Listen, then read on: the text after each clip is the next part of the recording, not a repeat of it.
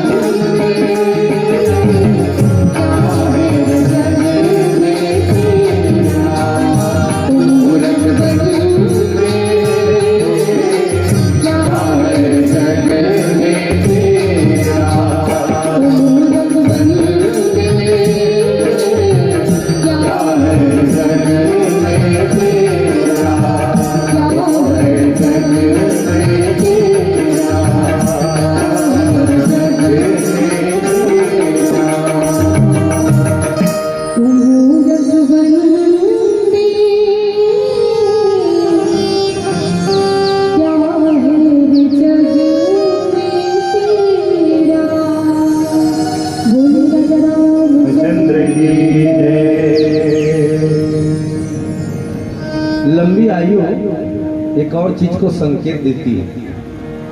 क्या चीज को संकेत देती है? लंबी आयु जीने का परिश्रम और मेहनत। आज आदमी जानते हो क्या हो गया? आलसी और रोगी। आज आदमी रोगी क्यों ज्यादा हो गया? अधिक दिन तक क्यों जी नहीं रहा है आदमी?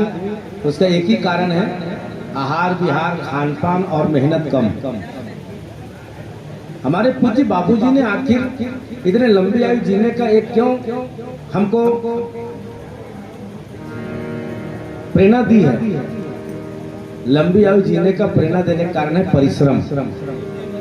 हम जब आते थे बाबूजी के घर में तो उनका कहना यह था कि हम लोग पैदल ही राजिम जाते थे, हम लोग पैदल ही राजिम जाते थे। आज कोई राजिम, आज आदमी खेत भी जाता है तो अपने बाइक से जाता है। क्यों? वही जीवन है, वही शरीर है, वही दिन रात है, वही पेट है, वही मानव जीवन है। आखिर ऐसा क्यों हो गया? तो आदमी के जीवन में एक नयापन आ गया है, अधिक धन, हवीस।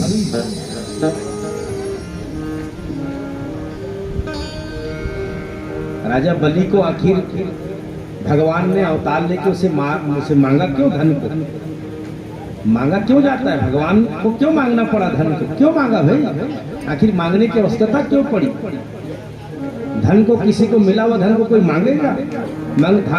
धन किसी के द्वारा मांगना क्या चीज है? तो मांगना माने भिखारी हो गए। फिर आप मांगने गए माने भिखारी का बन गए। किसी के धन को मांगना माने भिखारी। ताकि भगवान को वामन क्यों बनना पड़ा? धन को क्यों मांगना पड़ा? क्यों? क्योंकि भगवान ने बहुत अच्छा संकेत दिया वामन अवतार में। कहा एक व्यक्ति को इतने धन की आवश्यकता नहीं जितना आप रखे हो। एक व्यक्ति को उतने धन की आवश्यकता नहीं जितना आप इकट्ठे कर रखे हो। एक गोबर का कीड़ा होता है। तो गोबर का कीड़ा जानते हो क्या करता है?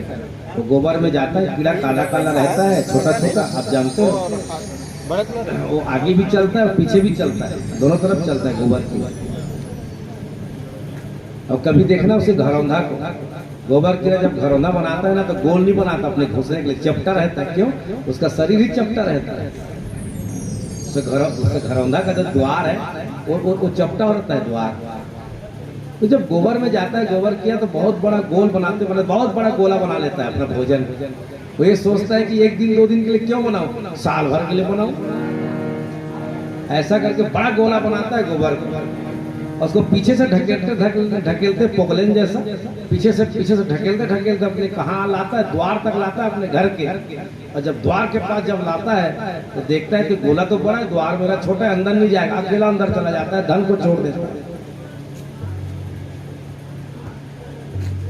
अपने गोबर के धन को छोड़ देता है दरवाजा में, क्यों? घुसता नहीं है उतना बड़ा धन, और अकेला चला जाता है, पछताते रह जाता है, अरे बाप रे बाप, मैंने गोबर में जाके दिन भर धन बनाया। और जब उसे घर लाने का समय हुआ तो वहीं पर अटक गया, हमें भर अंदर गया। ये क्या है? गोबर का धन, गोबर का धन गया गोबर में, गोबर का धन गया गोबर, ना मेरा हुआ ना उसका हुआ। तो इसी प्रकार से धन को मांगने गया था वामन भगवान राजा बलि से, और मांगा नहीं जाता। याद रखना, भगवान कभी किसी से मांगते नहीं है। भगवान का नाम ही देवता है, और देवता देने का नाम ही देवता है। जो देता है वही है देवता। लेकिन मांगा है पहली बार किसी से, मांगा है वामन ने राजा बलि से धन। तो पहली बार मांगा है उन्होंने धन। क्यों मांगा? क्योंकि इतना धन एक व्यक्ति को नहीं चाहिए जितना वो इकट्ठा करके रख लिया था। उतना धन कहाँ चाहिए जरा बताइए। चलो मैं एक बहुत अच्छा उदाहरण दे रहा हूँ। इस गांव टेका में एक व्यक्ति को छोड़ देते, बाकी लोग सब उठ करके चलिए दूसरे गांव। उनको बता दो सारा घर आपका, सारा खेती आपका, सारा ट्रैक्टर आपका, सारा बोर आपका, सारा बैल आपका, सारा मोटरसाइकिल आपका, आप संभालो गांव टेका को, सारा धन आपके नाम पे कर दिए। सच बताना, तो संभाल पाएंगे क्या? इतना बड़ा गांव, इतना बड़ा धन, इतना बड़ा खेत खार, चारों तरफ सारा मोटरसाइकिल 150-200 ट्रैक्टर, एक आदमी संभाल पाएगा? मतलब उतनी जरूरत है क्या एक व्यक्ति को धन की? इतनी आवश्यकता नहीं है। तो इसीलिए यह जो आत्मा है भगवान ने जो दे करके रखा, भेजा हमको मानव जीवन, उच्च कोटि का जीवन बनाया। 84 लाख योनि में सबसे उच्च कोटि का जीवन क्या है? मानव जीवन है। इसलिए मानव को जीवन नहीं कहते, मानव जीवन देवता कहते हैं। नर तन सम नहीं कौ न हो देही, नर तन सम नहीं कौ न हो क्या है ये? नर्तन सम नहीं कौन होती, नर्तन सम नहीं कौन होती, जीव चराचर जान जीव चराचर जान नर्तन सम नहीं कौन होती। शास्त्रों में गाया गया, वेदों में गाया गया, पुराणों में गाया गया, नर्तन सब नहीं कौन हो गई। नर के समान कोई दूसरा देह दुनिया में है ही नहीं, ऐसा कहा गया।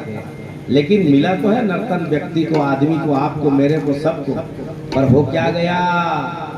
मिला तो धन, मिला तो है नर्तन। इससे बड़ा संपत्ति, इससे बड़ा धन दुनिया में कोई नहीं है। अगर आपका धन बिगड़ गया तो कुछ नहीं बिगड़ा, आपका धन बिगड़ गया कुछ नहीं बिगड़ा। क्या बिगड़ा आपका? कुछ नहीं बिगड़ा आपका।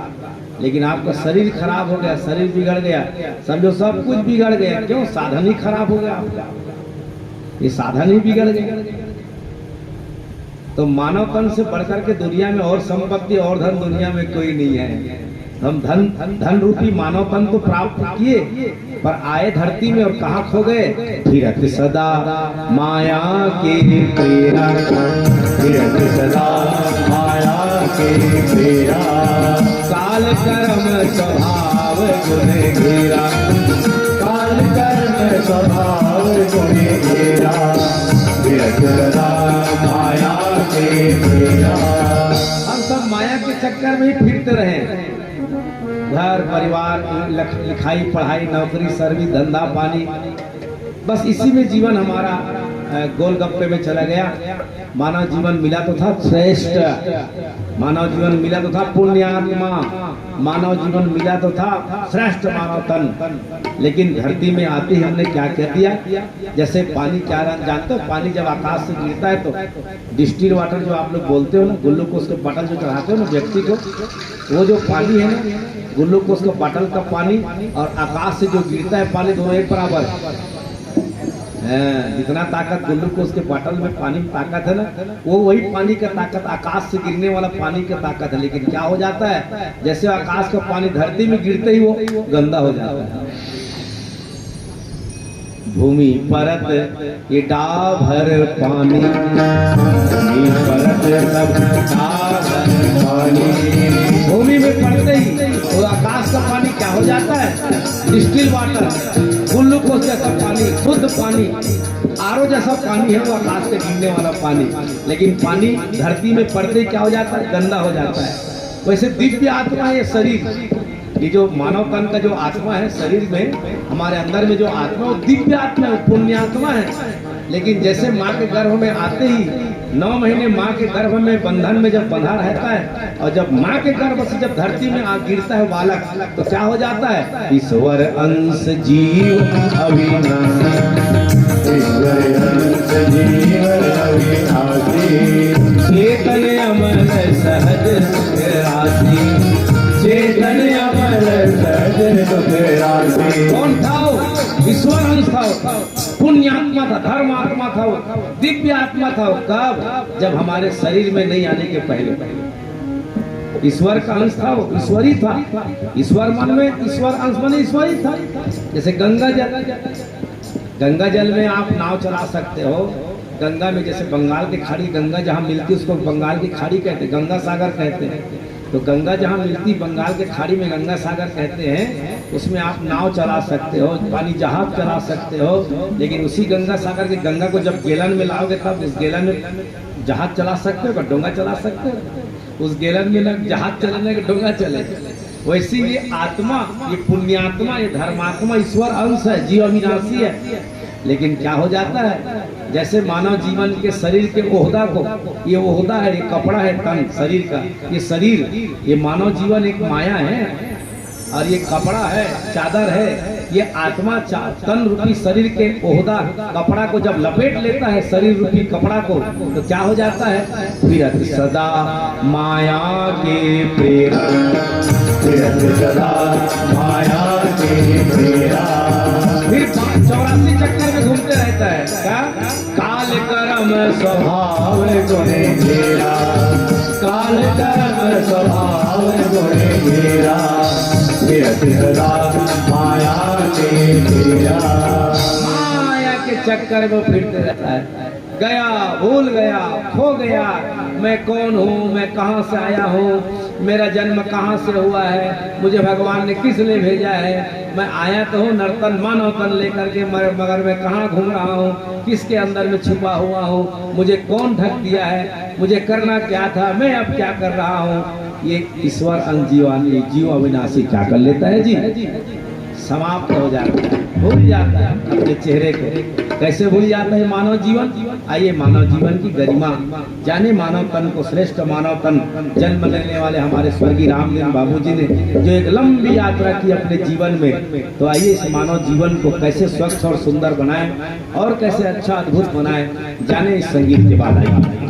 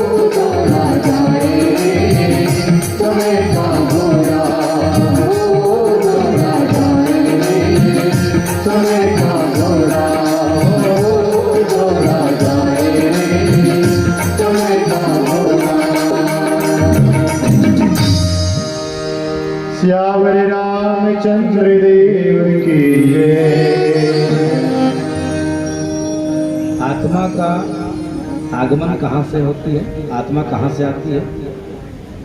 जैसे मैंने कहा कि गंगा जल को हम समुद्र से लाते हैं, तो जैसे हम किसी गैलन में रख देते हैं तो उसका समुद्र का स्वरूप छोटा हो जाता है। तो किसी ने पूछा आत्मा के बारे में, तो फिर आत्मा आई कहाँ से? पहले आत्मा थी कहाँ? तो एक प्रश्न आता है, आप पहले कहाँ थे? आपसे पूछा जाए तो हमारा क्या जवाब होता है? पहले मैं तो संसार में आने के पहले मैं तो अपने माँ के गर्भ में था। तो माँ के गर्भ में आने के पहले आप कहाँ थे? तो वेदों ने, शास्त्रों ने, पुराणों ने जवाब दिया, हम माँ के गर्भ में आने के पहले हम अपने पिता के सूत्र में थे।